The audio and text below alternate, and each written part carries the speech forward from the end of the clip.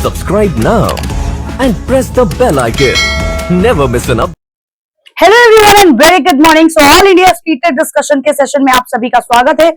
आज हम करने जा रहे हैं एसटी नंबर 38 का डिस्कशन। तो फटाफट से सेशन में सभी लोग जुड़ जाइए, क्योंकि डिस्कशन यानी कि एनालिसिस होना बहुत ज्यादा जरूरी है। हम मॉक टेस्ट दे लेते हैं, उसका अगर एनालिसिस नहीं किया, जो क्वेश्चन मान लो हमें नहीं आया, हम उसको ऐसे ही जाने देते हैं, और जब हम ऐसे ही जाने देते हैं तो वो कंसेप्ट भी हमें क्लियर नहीं होता। तो चलिए फटाफट से जुड़ जाइए सेशन में, क्योंकि ये आपके लिए काफी ज्यादा इंपॉर्टेंट है। जो महिंद्रास की पहल है आप सभी के लिए, all India speed test discussion की, राइट। तो सबसे पहला क्वेश्चन है हमारा, read the passage and answer the questions. यानी कि सबसे पहला क्वेश्चन जो आपका रिलेटेड है वो है पैसेज से रिलेटेड, यानी कि रीडिंग कॉम्प्रिहेंशन से रिलेटेड। कभी भी याद रखना कि अगर एग्जाम में स्टोरी टाइप का पैसेज नहीं है तो आप पहले क्वेश्चन में जाइए, फिर पैसेज में आए। यहाँ पे पॉसिबल इसलिए नहीं हो पाता कि मैं पहले पैसेज पढ़ देती हूँ ताकि आप लोगों को एक आइडिया लग जाए, राइट। तो पैसेज है आपका कुछ ऐसा, लिखा है the report of the ministry of consumer affairs. जो मिनिस्ट्री ऑफ कंज्यूमर अफेयर्स है उनकी रिपोर्ट के अनुसार फूड एंड पब्लिक डिस्ट्रीब्यूशन जो है, red flagging tap water quality in major Indian cities comes as no surprise. Red flagging जो tap water है मतलब कहीं ना कहीं कंटामिनेटेड वाटर है, राइट। उसके बारे में बात करें तो उसके कई आश्चर्यजनक बात नहीं है। यह भी कहा गया कि ऑफिशियल वाटर डिस्ट्रीब्यूशन एजेंसीज जो हैं रूटीनली एडवाइज कंज्यूमर्स, वो हर रूटीनली मतलब डेली रूटीन या मंथली या वीकली जो भी है एडवाइस करते रहते हैं कंज्यूमर्स को to consume only boiled water, वो सिर्फ और सिर्फ उबला हुआ पानी ही पिए। Going by the matrix of test, इतने सारे टेस्ट जब कैरिड आउट किए गए by the Bureau of Indian Standards for the ministry, Delhi has abysmal water quality. मतलब दिल्ली में क्या है, अगर दिल्ली की हम बात करें तो दिल्ली में क्या है, एबिस्मल वाटर क्वालिटी है। And you all know what is this abysmal. अगर हम यहाँ पे एबिस्मल की बात करें तो एबिस्मल क्या होता है, कैसी वाटर क्वालिटी हो गई, इसके लिए हम बोलते हैं दैट इज वेरी बैड, बहुत ही पुअर क्वालिटी का पानी है। Chennai and Kolkata and rank very low, Chennai Kolkata तो एकदम ही गिरी हालत में है पानी के मामले में। And Mumbai is the only city with acceptable results, और मुंबई से भी इकलौता ऐसा शहर है जो इन रिजल्ट्स को एक्सेप्ट करता है। City water systems are nominatively, फिर ये बता रहे हैं, required to comply with the national standard for drinking water IS 105002012, but most obviously feel no compulsion to do so। देखो यहाँ पे एक्चुअली वाटर के बारे में बताया गया है, जो कंटामिनेटेड वाटर होता है, पॉल्यूटेड वाटर होता है, ठीक है, उससे रिलेटेड पूरी की पूरी बातें यहाँ पे नरेटर बता रहा है कि क्या क्या कौन से शहर में कैसी कंडीशन है। Their lack of initiative could be attributed partly to the expanding footprint of packaged drinking water, especially in populous cities, coupled with the high dependence on groundwater in fast-growing urban clusters where state provision of piped water system does not exist। भाई pipe water पे आप कितना रहोगे, पूरे अगर जमीन के अंदर का पानी निकालोगे एक टाइम ऐसा आएगा कि पानी मिलेगा ही नहीं, और वो साफ है कि नहीं, इसलिए बॉयल करके पीना चाहिए। On paper the Indian standard has a plethora of quality requirements.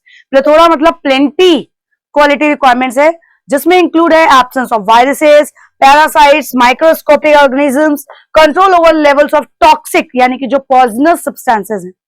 फिर बट इन प्रैक्टिस अगर देखा जाए तो म्युनिसिपल वाटर जो है दैट फेल्स दीज टेस्ट, इन टेस्ट में कहीं ना कहीं फेल है due to the lack of accountability. अब रीजन बता रहे हैं क्यों फेल है, क्योंकि अकाउंटेबिलिटी नहीं है प्रॉपर ऑफिशियल एजेंसीज की, एब्सेंस है एक स्ट्रॉन्ग डेटा की, जो पब्लिक डोमेन के अकॉर्डिंग अगर देखा जाए जो क्वालिटी टेस्टिंग हो पाए। सेंटर यानी केंद्र का जो अप्रोच है to the issue relies on naming and shaming through a system of ranking, but this is unlikely to yield results। yield results मतलब जिससे results आपको मिल सके, ठीक है। going by similar attempts to benchmark other urban services, making it legally binding on agencies to achieve standards and empowering consumers with rights is essential, because अब state government would then take an integrate view of housing, water supply, sanitation and waste management. अभी इस समय आप लोगों को पता होगा PM योजना चल रही है जल जीवन वाली, कि हर घर में पानी होना चाहिए, समथिंग लाइक दैट, लेकिन वो साफ भी तो होना चाहिए, है कि नहीं। कंटामिनेटेड होगा तो कैसे आप रह पाएंगे, बीमारियां होंगी उससे। एक साइंटिफिक अप्रोच जो है to water management is vital, बहुत ज्यादा जरूरी है एक साइंटिफिक अप्रोच, जिसमें दैट कंसीडरिंग दैट 21 सिटीज, जिसमें including many of those found to have unclean tap ही, नल ही गंदा है, टैप वाटर पानी गंदा है, could run out of groundwater as early as 2020. 2020 तक में ऐसा था नीति आयोग रिपोर्ट के अकॉर्डिंग, भैया ग्राउंड वाटर भी खत्म हो रहा है. Moreover, the Central Groundwater Board estimates that nearly a fifth of the urban local bodies, सिर्फ एक कहते हैं ना पांचवा हिस्सा जिसे कहते हैं, वो क्या फेस कर रहा है, वाटर क्राइसिस. पानी ही नहीं है पीने के लिए. ठीक है, due to excessive extraction, failed monsoons and unplanned development.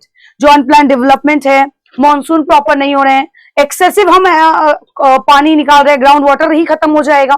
तो ये सारे रीजंस बताए गए. फिर बोला गया ऑन द इश्यू ऑफ, अगर रेगुलर टेस्टिंग के इश्यू की बात करें, so there is a case to entrust a separate agency with the task in each state. हर राज्य में अलग अलग एजेंसी होनी चाहिए इन टेस्टिंग को लेकर के, rather than relying on the same agency that provides water to also perform this function. भाई वो एजेंसी जो पानी प्रोवाइड कर रही है, अगर वही एजेंसी टेस्टिंग में लग जाएगी तो ना पानी में रह जाएंगे, ना टेस्टिंग में रह जाएंगे, ना प्रॉपर वाटर सीसी को सप्लाई हो पाएगा और ना ही प्रॉपर टेस्टिंग हो पाएगी. तो दिक्कत तो है ही. So if data on water are made public, अगर जो डेटा है पानी को लेकर के वो पब्लिक कर दिया जाए on the same lines as जैसे एयर क्वालिटी है, it would reach at a pressure on governments to act. For too long, अगर काफी लंबे समय से देखें तो जो रिस्पॉन्स है of water departments to the challenge has been to chlorinate the supply. Supply को क्या कर दे, क्लोरिनेट कर दे, है ना. अगर आप यहाँ पे देखोगे सप्लाई अगर अच्छी हो जाएगी तो भाई देखो, सप्लाई अगर अच्छी हो जाएगी, एजेंसी अच्छी हो जाएगी, तो आपके खास करके अगर पानी को लेकर के देखें ना, एक क्लोरिनेट द सप्लाई मतलब पानी को क्लोरीन करे, यानी कि to pull chlorine in something like water, right. As it this removes pathogens, क्योंकि क्लोरीन डालने से क्या होता है, वो पैथोजेंस को रिमूव करता है. जैसे कि सच एस्पेक्ट्स अपीयरेंस, स्मेल, टेस्ट. पानी का टेस्ट भी हर जगह का अलग अलग होता है, उसकी वजह से कहीं कहीं से स्मेल आती है क्योंकि वो कंटामिनेटेड होता है. उसका अपीयरेंस हो सकता है येलोइश दिखने लगता है पानी कभी कभी, है ना. So it is time to move beyond this. अब ये समय आ गया है कि इससे ऊपर हम बढ़े and make tap water generally desirable. The centre's approach to the issue relies on naming and shaming through a system of ranking, but this is unlikely to yield results. So making it legally binding on agencies to achieve standards and empowering consumers with rights is essential. क्योंकि state governments then take an integrated view of housing, water supply, sanitation and waste management. Lastly बोला गया, एक जो scientific approach है to water management is vital. जैसे कि अभी हमने बोला unplanned वाटर है, रेगुलर टेस्टिंग चल रही है, ये सारी चीजें अभी हमने आपको बताई. तो अगर हम देखें ऑन पेपर, अब क्वेश्चन आ गया है आपका कि अगर ऑन पेपर हम देखें जो इंडियन स्टैंडर्ड है ना, has a plethora of quality requirements, चाहे वो एब्सेंस ऑफ वायरस हो, पैरासाइट्स हो, माइक्रोस्कोपिक ऑर्गेनिजम्स हो, कंट्रोल हो over levels of toxic substance. इससे आप क्या इन्फर कर पा रहे हैं, आपके ऑप्शंस ये दिए हुए हैं, यानी कि 3 सेंटेंसेस दिए हैं, जो आप इन्फर कर पा रहे हैं वही आपका आंसर होगा. लिखा है there are quality assurance parameters but municipal water lacks in achieving these parameters. Parameters है बढ़िया, लेकिन इनको अचीव करना थोड़ा सा इम्पॉसिबल सा है. तो ये बात तो बिल्कुल सही है, ये बात तो बिल्कुल सही है. ठीक है, all these parameters are given in writing but realistically it is not followed. अब राइटिंग में ये सारे पैरामीटर्स दिए हुए हैं लेकिन इनको फॉलो नहीं करा, तो ऐसा स्टेटमेंट अभी तक हमने पैसेज में नहीं पढ़ा. तो ये थोड़ा सा क्या है, अलग जाएगा, नहीं पढ़ा नहीं है बट हमें इन्फर करना है. देखो लाइन टू लाइन आपको आंसर बहुत कम होगा बैंकिंग एग्जाम्स में मिले, आपको समझना होगा क्या लिखा है. पहली बात तो क्वालिटी एश्योरेंस पैरामीटर्स तो देगा बट उनको वो लैकिंग है इन पैरामीटर्स को अचीव करने का, और यही सारे पैरामीटर्स राइटिंग में दिए जाते हैं लेकिन अगर रियलिटी में देखें फॉलो नहीं होते. तो ये भी आपका फॉलो कर रहा है. फिर the quality measures have to be implemented because it is required. Quality measures को इसलिए इंप्लीमेंट करना चाहिए क्योंकि उनकी जरूरत है. भैया वैसे भी जरूरत नहीं भी हो तो भी आपको पुअर क्वालिटी वाटर यानी एबिस्मल वाटर तो पिएंगे नहीं, राइट. तो option number first and second जो है according to the passage you can infer, और जो यहाँ पे लिखा हुआ है जितना सामने लिखा है बस उतने के अकॉर्डिंग हमें आंसर करना है. Question number 27, which of the following statements is or are true in the context of the passage. Passage के अकॉर्डिंग इनमें से कौन सी स्टेटमेंट आपकी ट्रू है. ठीक है, जैसे लिखा है यहाँ पे we are making a step ahead in package drinking water. Obviously हम पैकेज ड्रिंकिंग वाटर पे ज्यादा डिपेंड हो गए. The city water system follows the national standard for drinking water which is mandatory enough. क्या नेशनल स्टैंडर्ड को follow कर पा रहा है city water?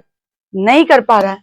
Delhi is the one that has the satisfactory level of water quality? No, ये तो एकदम गलत है। यहाँ पे तो एबिस्मल वाटर क्वालिटी है, तो ये रॉन्ग हो गया। The data on water has been revealed with that government is now bound to act, public domain में होना चाहिए, तो ये रॉन्ग हो गया। तो आपका आंसर क्या हो गया? Option number 1 which is the one जो ट्रू है according to the context of the passage, right. Next देखो, what has the author recommended for time to time inspection of the water, कि समय समय पे पानी का इंस्पेक्शन होना चाहिए, उसके लिए ऑथर ने क्या रिकमेंडेशंस दी हैं? N autonomous body should be establish, एक ऑटोनोमस बॉडी को जो है वो एस्टैब्लिश करना चाहिए, ठीक है। देखो जैसे गवर्नमेंट बॉडीज होती हैं, स्टेट बॉडीज होती हैं, तो वैसे ही यहाँ पे ऑटोनोमस बॉडी का मतलब क्या हो गया? एक कहते नहीं है जो हर चीज में फ्रीडम हो, है ना, एक स्टैंडिंग अलोन वाली जैसी फीलिंग रहे, तो वो होता है autonomous body. The same body should be relied for the task, और वही ऑटोनोमस बॉडी उस टास्क पे क्या करनी चाहिए? रिलाई करनी चाहिए। तो ऐसा तो इंस्पेक्शन के लिए नहीं ऑथर ने किया है। Empowering consumers with rights to achieve standards, empower करना चाहिए कंज्यूमर्स को कि वो इन स्टैंडर्ड्स को उनका अधिकार मिलना चाहिए कि अचीव कर सके। तो official agencies have failed, so a better accountability should be there, ये भी रॉन्ग है। तो जो एक ऑथर ने रिकमेंड किया है कि भैया एक ऑटोनोमस बॉडी होनी चाहिए, you should stand alone and work accordingly, right. तो option number 1 would be the correct answer according to the passage. Question number 29, what are the reasons behind the water crisis, ये जो water crisis है उसके पीछे के reason क्या है? That urban local bodies are facing, जो अर्बन लोकल बॉडीज फेस कर रही हैं। अननेसेसरी एक्सट्रैक्शन ऑफ वाटर, ये तो मानी बात है, जो अननेसेसरी पानी इतना ज्यादा एक्सट्रैक्ट हो रहा है ग्राउंड वाटर, उसको लेकर के ही तो यहाँ पे बोल रहे हैं। इररेगुलर मॉनसून, ये भी एक रीजन है, और अनएक्सपेक्टेड डेवलपमेंट, ये तीनों ही चीजें वहां अभी पैसेज में हमने पढ़ी लिखी हुई थी। तो आंसर क्या हो जाएगा? Obviously all first, second and third. Clear? चलो next, what have the consumers been advised by the officials, officials के द्वारा कंज्यूमर को क्या एडवाइस दी गई भाई?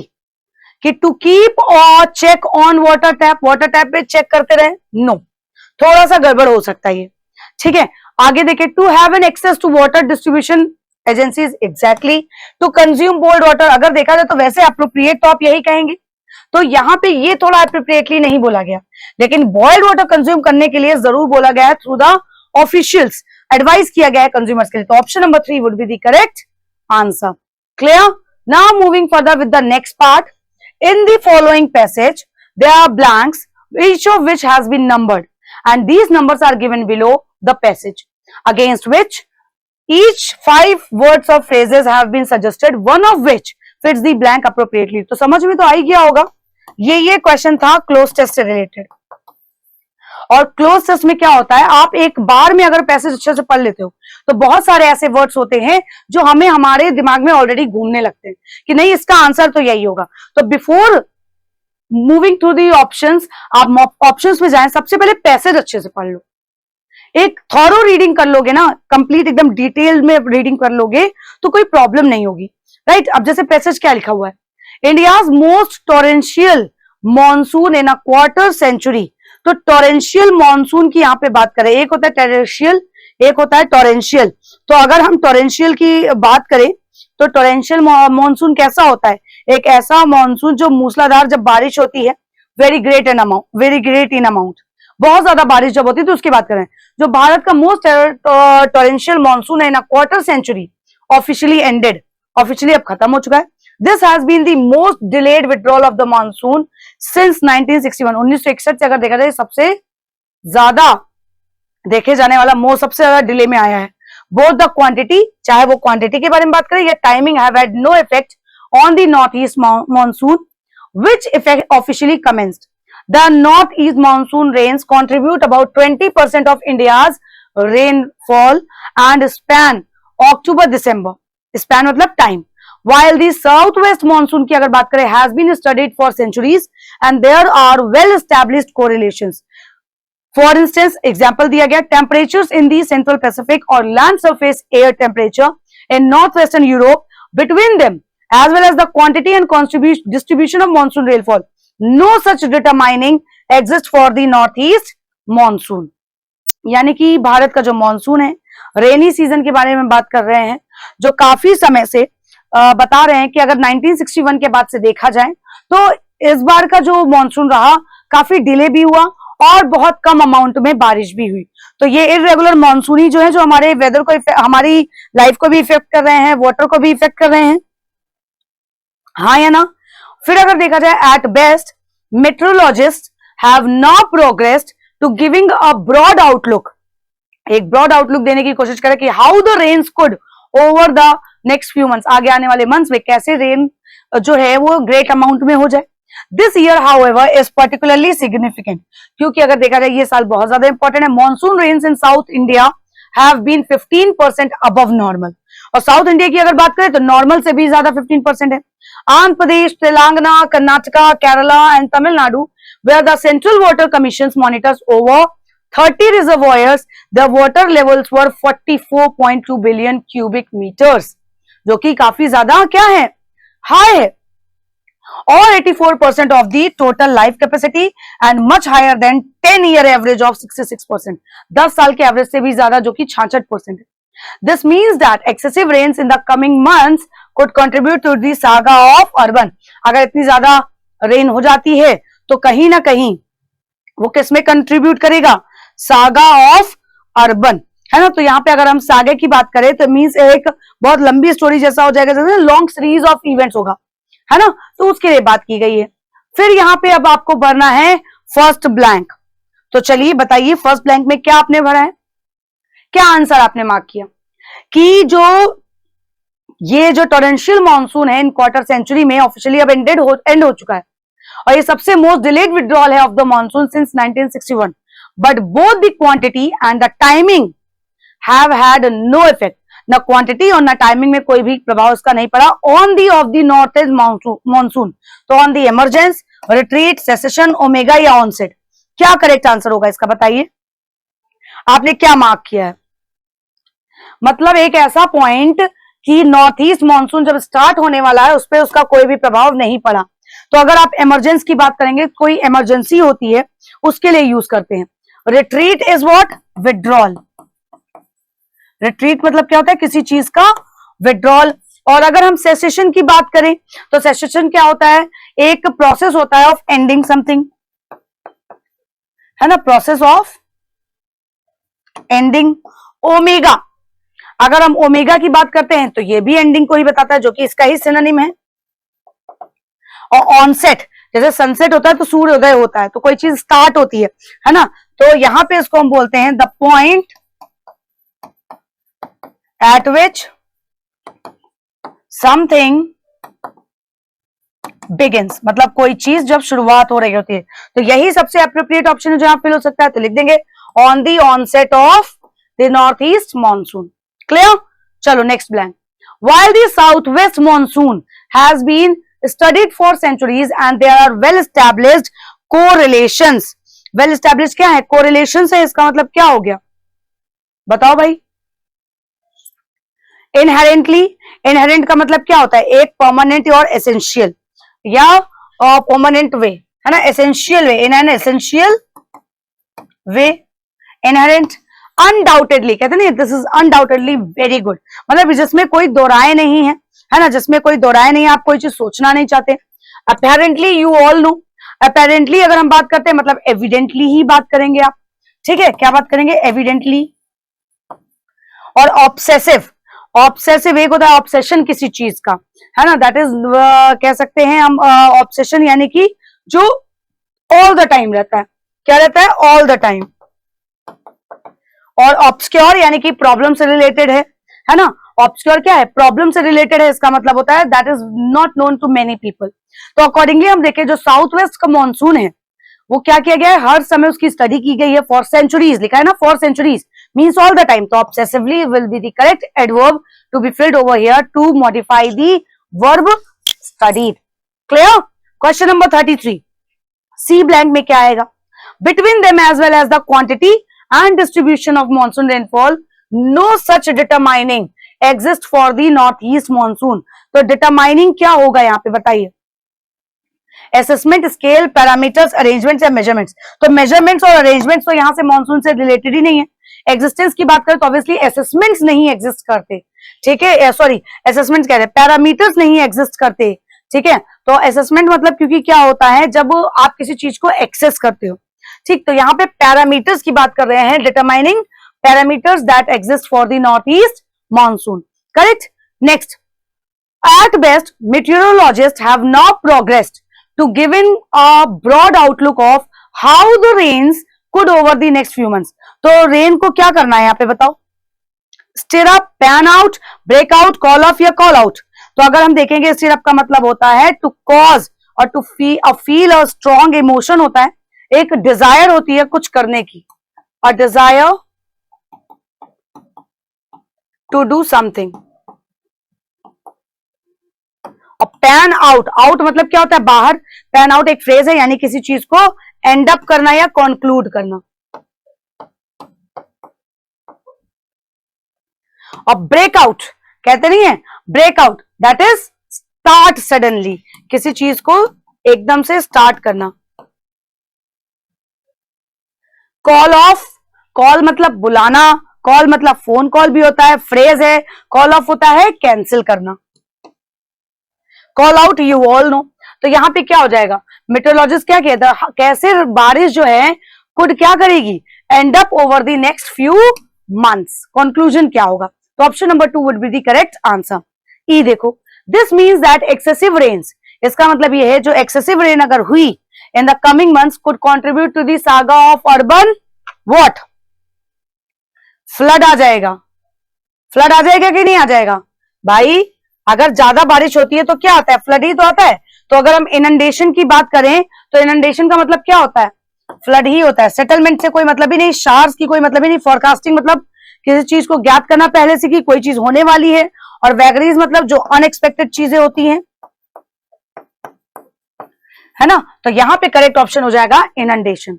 क्लियर भाई, एक्सेसिव ज्यादा तब जब बारिश होती है तो बाढ़ ही तो आती है, बाढ़ कैसे आती है, पानी ओवरफ्लो होने लगता है, रिवर्स नदियां भर जाती हैं तो उससे बाढ़ आ जाती है ना। चल नेक्स्ट है आपका, इन द फॉलोइंग क्वेश्चन, एक सेंटेंस दिया है जिसमें 4 वर्ड्स बोल्ड में दिए हुए हैं ABCD। उन 4 वर्ड्स में से कोई भी रॉन्गली स्पेल्ड हो सकता है या इनएप्रोप्रिएट हो सकता है। अच्छा, स्पेलिंग के साथ साथ यहाँ पे क्या होता है ना, आपका पार्ट्स ऑफ स्पीच के अकॉर्डिंग भी वर्ड्स दिए होते हैं, तो उनको भी ध्यान देना होता है। तो चलिए करते हैं। Conducting rigorous and critical studies on economic, social and political suspects। अब एक बात बताओ, सस्पेक्ट होता क्या है, सस्पेक्ट मतलब होता है जिसके ऊपर आपको शक है कि उसने वो क्राइम किया है, ठीक। Of the internet in India using data driven analytic approaches is quite challenging many ways. तो एक बात बताओ, हर तरीके के, एक तरीके से हम बोले इकोनॉमिक, सोशल और पॉलिटिकल की बात करें तो उसमें उनके एस्पेक्ट्स की बात करते हैं कि सस्पेक्ट्स की बात करते हैं, बताइए। अगर हम इनएप्रोप्रिएट वर्ड हो गया ना, ये कैसा वर्ड हो गया, इनएप्रोप्रिएट हो गया। तो अगर हम सस्पेक्ट कह देंगे तो सस्पेक्ट क्या होता है बताओ, यानी कि एक ऐसा आइडिया आप लगाते हो कि अच्छा इसने हो सकता है ये काम किया हो, कोई चीज बैड ही होगी सस्पेक्ट, कि आपने सस्पेक्ट किया कि फाउल स्मेल आ रही है तो उसके लिए भी सस्पेक्ट यूज कर सकते हैं। लेकिन if we talk about aspect, तो यानी कि वन ऑफ द क्वालिटीज होती हैं किसी भी पर्टिकुलर सिचुएशन की, किसी भी पर्टिकुलर आइडिया की या प्रॉब्लम की, पहलू जिसे हम बोलते हैं, तो पॉलिटिकल एस्पेक्ट्स के थ्रू। तो यहाँ पे बी इनएप्रोप्रिएट है तो मार्क कर देंगे option number B as the correct answer. Next, national registrar of citizens, यानी कि जो एनआरसी है उसके बारे में बात करें, is wholesome on several counts, not the least of which is the apparent. Apparent का मतलब अभी मैंने आपको बताया, inability to learn the experience of carrying out the humongous. देखो अब यहाँ पे ह्यूमनजस की बात कर रहे हैं, जबकि अगर हम देखें तो होमोजेनस आप लोग सभी अच्छे से जानते कि नहीं, जबकि यहाँ पे ह्यूमनगस की अगर बात करेंगे तो ह्यूमनगस क्या होता है बताइए, क्या आप लोगों को पता है ह्यूमनगस क्या होता है? That is enormous, that is very huge. Humongous exercise in India, तो अपेरेंट तो अपनी जगह पे एकदम करेक्ट है। अगर हम देखें तो अपेरेंट तो अपनी जगह पे एकदम करेक्ट है, तो यहाँ पे इनकरेक्ट कौन सा है? होलसम, ठीक है, क्योंकि होलसम नहीं होगा, होलसम मतलब पूरा, जबकि सिटीजन्स क्या है? वरीजम है, परेशान है। क्या है, परेशान है, तो होलसम नहीं होगा, यहां पे होना चाहिए था वरीसम। ठीक है, वरीसम। ठीक है, आप किस चीज से परेशान है, तो ए पार्ट में एरर है तो मार्क कर देंगे inappropriate is A option. Next, it is an internationally acclaimed higher education institution that is known for its quality education across disciplines. It is procuring rationalists. Procuring मतलब क्या होता है, किसी चीज को ऑब्टेन करना। Procure मतलब क्या होता है, किसी चीज को ऑब्टेन करना, है ना। अब पढ़ना इसको। It is procuring rationalists and social scientists that could significantly contribute to national building. आपने बिल्कुल सही आंसर किया होगा। सी में प्रोक्योरिंग होगा या प्रोड्यूसिंग होगा, बताइए। प्रोड्यूसिंग होगा या प्रोक्योरिंग होगा, तो यहाँ पे प्रोड्यूसिंग रैशनलिस्ट, तो यहां पे ये रॉन्ग हो जाएगा, इसकी जगह पे हो जाएगा प्रोड्यूसिंग, यानी कि आपका एरर किसमें है, सी पार्ट में, यानी कि यही आपका क्या है, इनएप्रोप्रिएट है। क्लियर एवरीबॉडी, समझ में आया।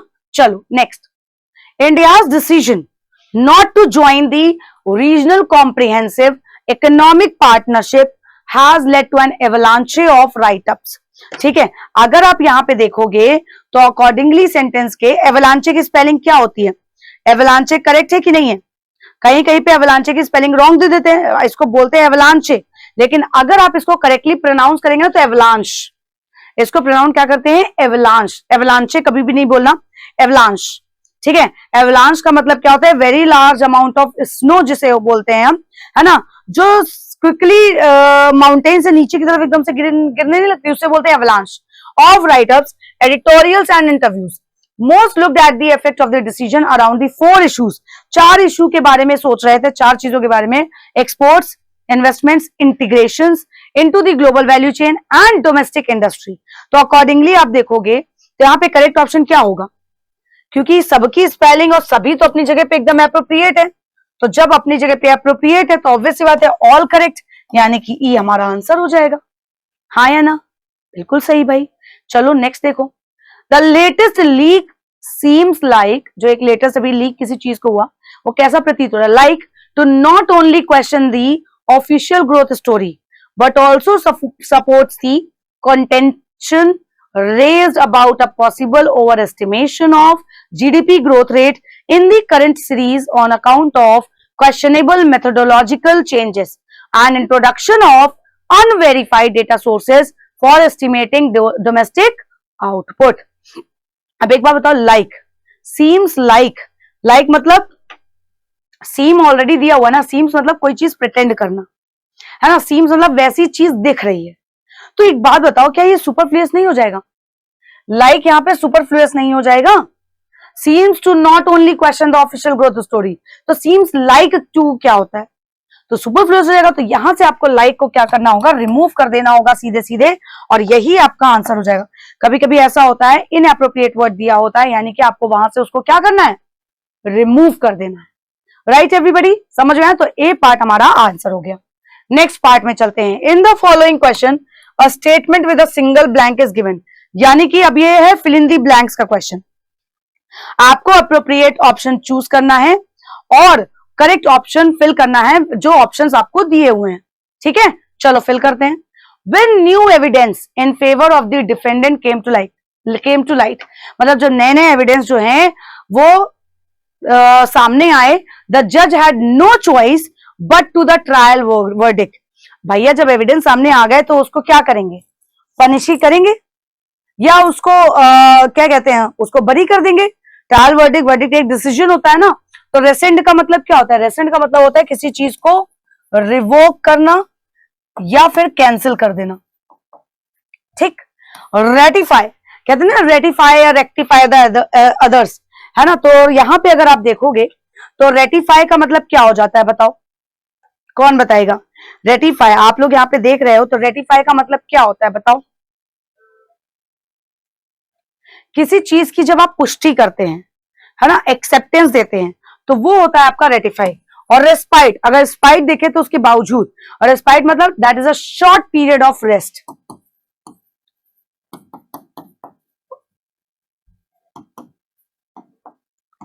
और रेमिफाई रैमिफिकेशन से ही बना है, तो रेमिफाई का मतलब क्या हो जाएगा, टू स्प्रेड और डेवलप मेनी पार्ट्स और ब्रांचेस। और आर्टिकुलेट का मतलब क्या होता है बताओ, किसी चीज को क्लियरली प्रोनाउंस करना, है ना, प्रोनाउंस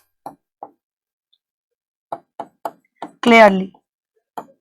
तो अकॉर्डिंगली आप देखेंगे तो जज के पास कोई चॉइस नहीं बची थी but to cancel the trial verdict. Clear? चलो next, even though the computer will speed up our research efforts, हालांकि अगर देखा जाए कंप्यूटर क्या हमारे रिसर्च एफर्ट्स को और ज्यादा बढ़ा देगा, the project will still be what, onus, onus is responsibility, onus का मतलब क्या होता है, किसी तरीके की जिम्मेदारी, रिस्पॉन्सिबिलिटी।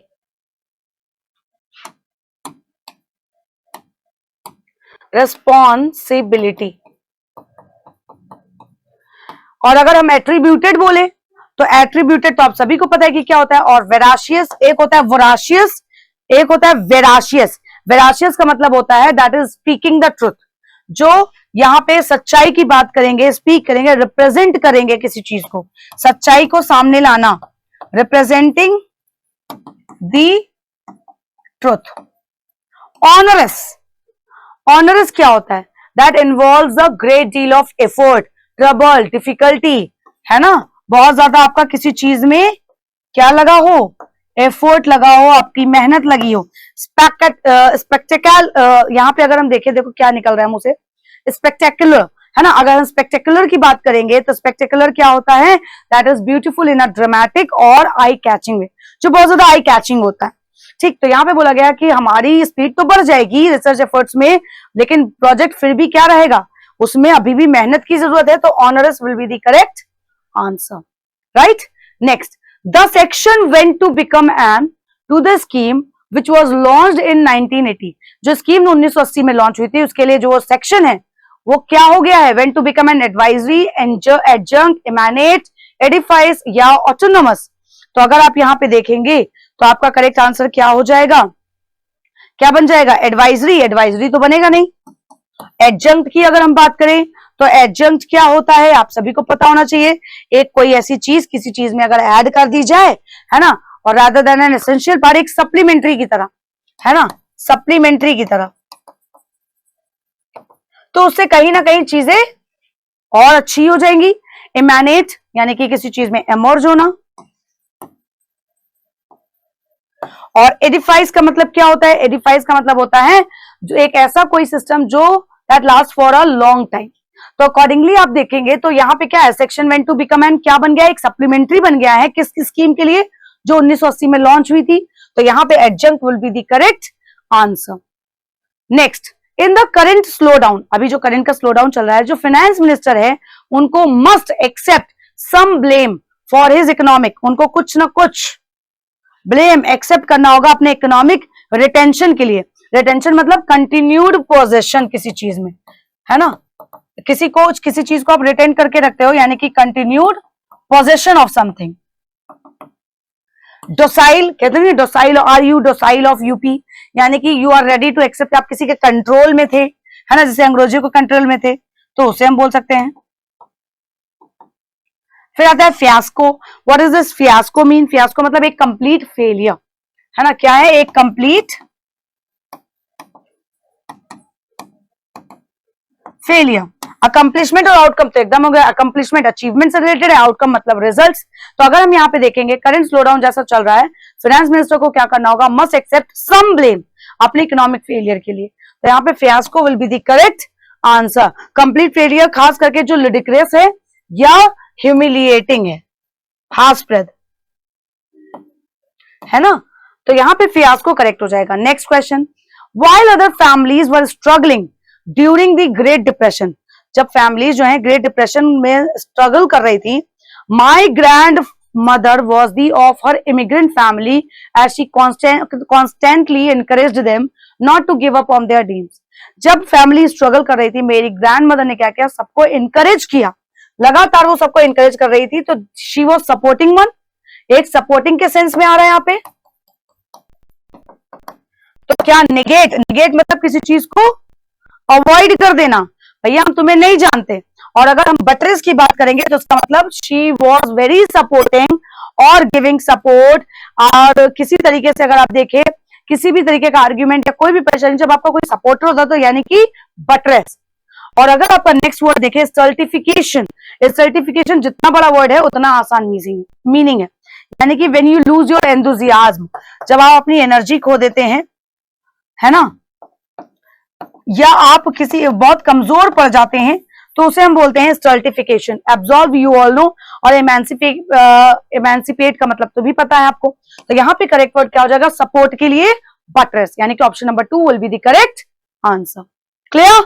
चलो 46 में क्या करना है, कुछ क्वेश्चंस ऐसे दिए हैं जिसमें 2 सेंटेंसेस दिए हैं, उनको 2 पार्ट्स में डिवाइड किया गया है। फर्स्ट सेंटेंस को ए बी और सेकंड सेंटेंस को सी डी।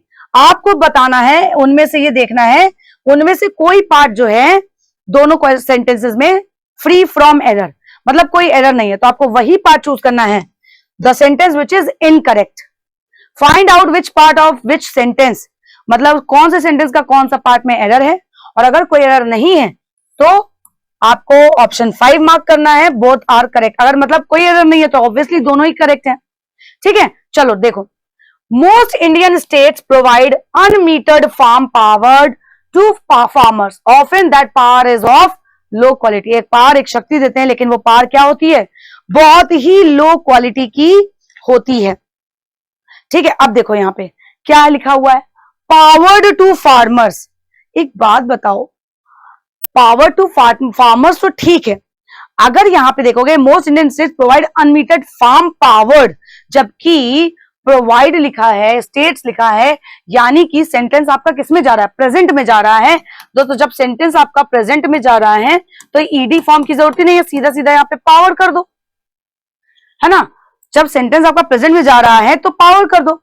फिर लिखा है farm power rationing is ineffective because farmers क्या कर रहे हैं, कन्वर्ट कर रहे हैं सिंगल फेज पावर को to 3 phase and run their pumps far longer.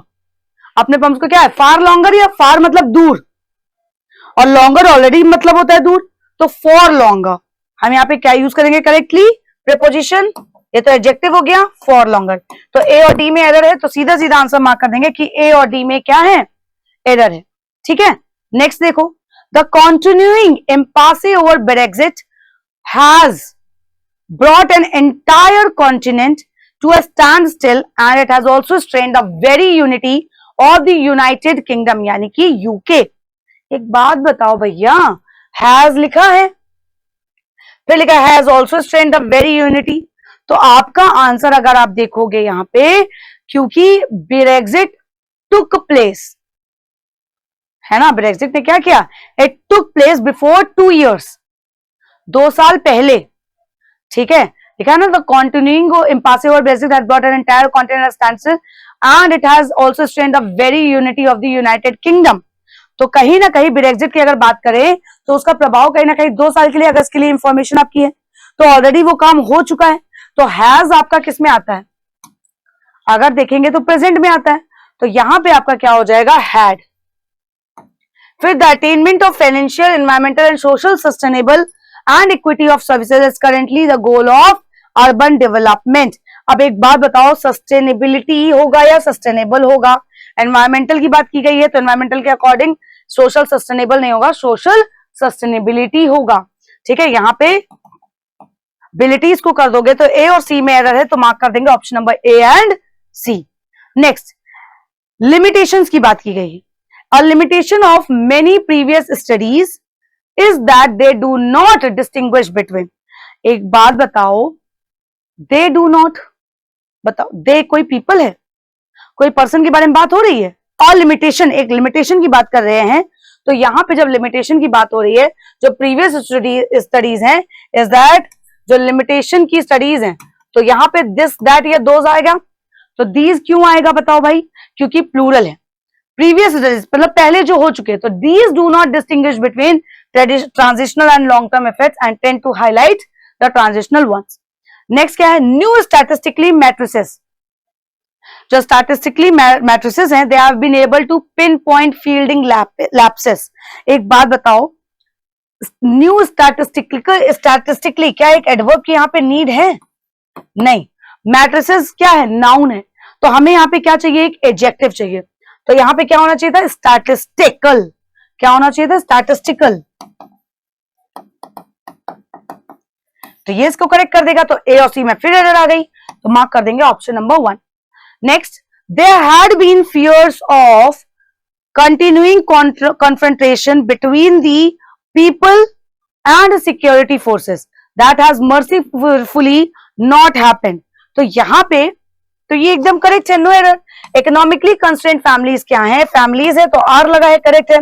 Shifting their लगा है, उसी के अकॉर्डिंग सब्जेक्ट के अकॉर्डिंग सब अग्री कर रहा है। Free from government school to private English medium school, तो यहां पे भी ये भी करेक्ट है, तो बोथ आर करेक्ट है, तो मार्क कर दो option number 5, both are correct.